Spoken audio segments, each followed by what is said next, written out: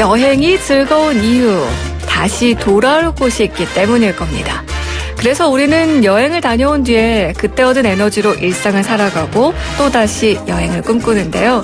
소중한 일상을 만들기 위해 준비하는 시간, 여행이 별거냐 태원준 여행작가와 함께합니다. 작가님 안녕하세요. 네, 안녕하세요. 네. 요즘 또 긴 여행을 준비 중이시라고요? 네, 맞습니다. 제가 당장 며칠 뒤에 이제 좀 긴 여행을 떠날 계획이어가지고요. 네. 요새 그 루트 짜고 또 여러 가지 계획 짜느라고 정신이 하나도 없어가지고 지금 오는 길에도 열심히 공부하다가 왔습니다. 이번에는 네. 어디로 떠나시나요? 이번에는 지역은 유럽이 될 것 같고요. 유럽에 좀 재미있는 콘셉트를 가진 또 여행을 하고 할 계획이 있어가지고 네. 네, 기대하셔도 좋을 것 같습니다. 네. 너무나 기대되고 이번 여행에서도 중간중간 소식 전해주시는 건가요? 예, 물론 소식 전해드릴 것 같고요. 또 다녀와서도 초대해 주신다면 제가 그동안에 여러 가지 여행 이야기들을 풀도록 하겠습니다. 그럼요. 또 태원준 작가가 여행 중간중간 SNS, 블로그 등에 올려주는 여행 그 이야기들이 참 재미가 있거든요. 고맙습니다. 저는 또 그거 보면서 약간은 기다리도록 할게요.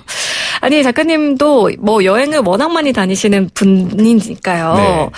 저 같은 사람도 앞서서 이야기한 것처럼 여행이 떠날 때 너무 즐겁다가도 또 끝날 무렵 되면 돌아갈 곳이 있어서 참 좋다. 이런 생각을 한 번쯤 해보곤 하는데 작가님도 여행 마치고 다시 집으로 돌아올 때 어떠세요? 역시 우리 집 내 방 침대가 짱이야. 이런 생각하시나요?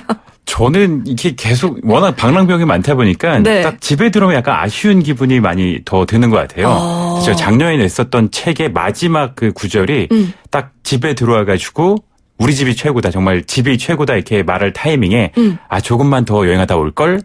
이렇게 딱 하고 책이 끝날 정도로 끊임없이 이제 나가고 싶어 하는 걸 좋아하는 사람이다 보니까 저는 시원섭섭하다기보다 여행이 끝나면 늘 섭섭했던 것 같습니다.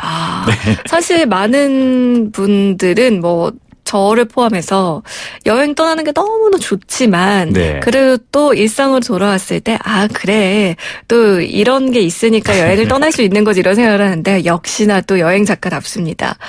작가님 이제 다음 주면 설이에요. 지금 당장 그렇죠? 일주일 뒤면 설 연휴 이제 공휴일이 시작이 되는데 오늘은 또 어디를 떠나보면 좋을까요? 예, 제가 설을 앞두고 어딜 갈까 좀 많이 고민을 하다가요. 오늘 소개해드릴 곳은 바로 전남 고흥으로 한번 여러분들을 안내해 볼 텐데요.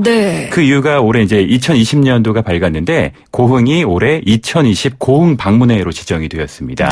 또 그 이유가 이제 고흥에서 여수까지 여수가 어떤 전남의 좀 여행의 성지라고 할 수가 있잖아요. 고흥에서 여수까지 이번에 16교가 뚫립니다. 저 다리로 이어져 가지고요. 당장 다음 주인 설 연휴에 이제 좀 임시 개통이 될 거라고 합니다. 그리고 2월이 되면은 정식 개통이 되면서 이제 두 도시를 이으면 더 많은 사람들이 또 이제 고흥을 방문할 수 있는 또 계기가 될 것 같아가지고요. 고흥이 올해를 바로 방문해로 정했다고 합니다. 그래서 아직까지 좀 많이 알려지지는 않았지만 그래도 매력적인 여행지가 많이 있어가지고요. 오늘은 고흥으로 한번 떠나보도록 하겠습니다. 네, 저희 또 애청자분 중에 고흥에서 유튜브로 매일 또 듣는 분이 계세요. 정말요? 그래서 고흥 자랑을 한창 많이 해주셔가지고 저도 고흥이 낯설지가 않은데 지금 아니나 다를까 우리 동네 저 전남 고흥 주민입니다 이렇게 얘기를 해주셨는데 반가우실 것 같아요. 자, 고흥을 사실은 여행지로는 저도 좀 생소하긴 합니다만 고흥 관광 어디서부터 좀 시작을 해보면 좋을까요? 네, 고흥 아시다시피 우리나라를 대표하는 우주과학의 도시입니다. 그러다 보니까 우주센터를 일단 빼놓을 수는 없을 것 같아요. 그래서 처음으로 바로 이제 나로 우주센터를 좀 소개해드려 볼 텐데요. 우리나라가 자체 기술로 인공위성을 이제 우주 공간으로 이제 쏘아 올리기 위해서 건설된 우주 발사체 발사 기지라고 할 수가 있는데 이제 2009년도에 이곳에서 약간 좀 아쉬운 좀 도전으로 끝나긴 했지만 나로가 최초로 이제 발사가 되었었죠. 그러면서 우주센터가 이제 조성이 되었는데 이곳이 굉장히 좀 뜻깊은 의미가 있는 게요. 전 세계에서 이제 13번째입니다. 13번째 우주센터인데 이게 우주센터가 없다 보면은 우리나라가 우주 발사체를 쏘아 올리기 위해서는 해외로 나가야지 되겠죠. 그렇죠. 그 전에는 러시아로 많이 갔었죠. 그렇죠. 그렇다면 이제 운반 비용이라든지 여러 가지 또 그 사용 비용을 내야 되기 때문에 굉장히 많은 또 외화가 낭비가 될 수가 있거든요. 낭비라는 표현은 그렇지만 외화가 나갈 수가 있었는데 지금은 이제 우리나라의 고흥에 바로 이 우주 발사 기지 센터가 생기다 보니까 우리나라는 언제든지 뭐 멋진 우주 발사체를 개발한다면은 이곳에서 이제 날릴 수가 있겠죠. 네. 그런 의미가 있어가지고 굉장히 또 이 안에 다양한 또 체험들을 하실 수가 있고 또 VR 같은 네. 또 최첨단 그런 체험들을 하실 수가 있는 데다가 또 아이들이 굉장히 좋아할 것 같아요. 그렇죠. 또 어린 시절에 또 우주에 대한 여러 가지 동경이 많이 있잖아요. 네. 그런 것들을 체험하실 수 있어서 굉장히 좋은 것 같고요. 또 특별히 고흥에 이 우주 발사기지 센터가 생긴 이유가 있다고 합니다. 뭔가요? 제가 문과 출신이어가지고 네. 잘 몰라가지고 좀 메모를 해봤는데 네. 이 로켓 발사를 위해서는 위도가 좀 남쪽에 있을수록 유리하다고 합니다. 그 이유는 위도가 낮으면은 지구 자전에 의한 원 운동 속도가 이제 커가지고요. 원하는 속도를 얻는데 필요한 에너지를 좀 줄일 수 있다고 합니다. 그러다 보니까 이렇게 좀 우리나라의 가장 남쪽에 있는 고흥에 이제 있다고 해가지고요. 네. 말씀을 드려봤는데 마치 YTN 사이언스 채널 같이 들어온 것 같아요. 그래서 네. 이런 이유로 또 고흥에 이렇게 발사 기지가 생겼다고 합니다. 그렇군요. 이게 아마 나로는 많은 분들이 기억하실 거고 네. 고흥에 나로 우주센터가 있다는 것도 이제 알고는 계셨을 텐데 여기를 또 관광하러 가본다는 생각은 못 하셨을 수도 있을 것 같아요. 아이들과 네. 함께 가면 참 좋을 것 같고. 자, 그러면 고흥 이런 이미지가 이 나로 우주센터로서 약간 우주 가계 도시 뭐 이런 느낌도 네. 살짝 들긴 하는데 또 다른 거 뭐 보면 좋을까요? 예, 나로 우주센터 이제 왜 나로도로에 위치를 하고 있고요. 그곳에서 직선 거리로 좀 북쪽으로 15km 정도 올라가면은 남열 해돋이 해수욕장이라고 고흥을 대표하는 해수욕장이 있습니다.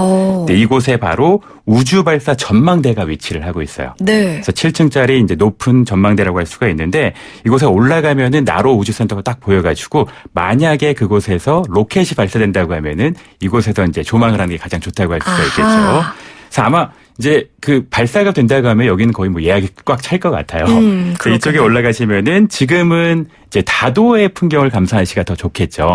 바다를 수 있군요. 예, 워낙 이제 높은 곳에 위치를 하고 있고 바로 앞이 다도의 해상국립공원이다 보니까 이곳이 이제 쫙 그 멀리 정말 날씨가 맑은 날에는 일본의 대마도까지 보인다고 해요. 그 정도로 전망이 좋은 곳이어가지고 네. 올라가시면은 정말 수려한 풍경을 보실 수가 있고요.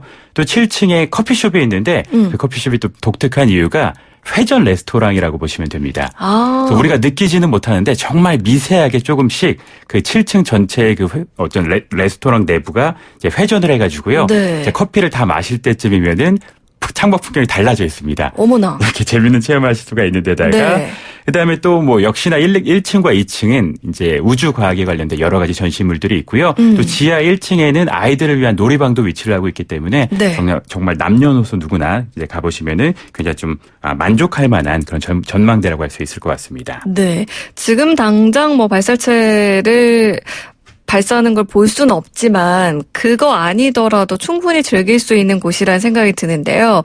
이렇게 또 미리 우주여행을 좀 해본다 한 후에는 어딜 가면 좋을까요? 그다음에 이제 고흥하면 또 많은 분들이 소록도 기억을 하실 것 같습니다.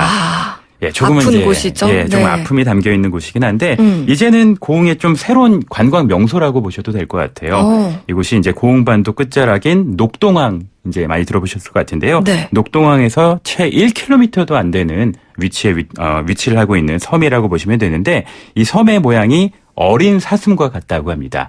그래서 소록도라는 이름을 가지게 되었고요. 네. 과거에는 이제 한센병이라고 불렸죠. 이제 한센병 환자들의 애환이 좀 깃들어 있는 곳인데 당시만 하더라도 이게 좀 약간 불치병의 이미지가 강해가지고 이제 많은 환자들이 이곳에서 거의 감금되다시피 그렇죠. 격리돼야만 하는 병처럼 그쵸. 알려졌잖아요. 근데 이제는 이제 이제 완치가 가능한 병이어가지고 좀 심각한 병이라고 할 수는 없는데 네. 그러다 보니까 이곳은 이제 좀 역사 명소로서 고흥이 개발을 하고 이제 개방을 하게 되었습니다. 네. 그래서 들어가면요 정말 깨끗한 자연 환경이 그대로 보존이 되어 있겠죠. 그다음에 좀 해안 절경도 쫙 펼쳐져가지고 굉장히 멋진 풍광을 자랑하고 있고요. 또 앞서 말씀드렸듯이 여러 가지 역사가 담긴 곳이어가지고 이곳에 해설사분이 이제 관광을 함께 시켜주시는데 네. 그 프로그램이 굉장히 좀 유익했던 기억이 제가 아직도 납니다. 그러다 보니까 뭐 이제는 뭐 아픔을 듣고 완전히 희망이 가득한 섬으로 바뀌었기 때문에 뭐 고흥의 새 역사적인 관광 명소라고 불려도 전혀 손색이 없을 것 같습니다. 네. 그래서 가신다면은 뭐 녹동항 주변에도 볼거리가 굉장히 많이 있거든요. 그래서 가신 김에 이제는 뭐 배를 타지 않더라도 다리를 통해서 섬까지 가실 수가 있기 때문에 이 소록도도 한번 꼭 방문해 보시면 좋을 것 같습니다. 네. 해설 프로그램 같은 경우는 미리 예약을 좀 해야겠죠? 예, 예약을 하셔도 좋고요. 또 현장에서 바로 만약에 이제 좀 인원이 다 모이지 않았다면은 신청을 하실 수가 있어가지고요. 네. 예, 이 프로그램만큼은 꼭 같이 둘러보시면 좋을 것 같습니다. 네.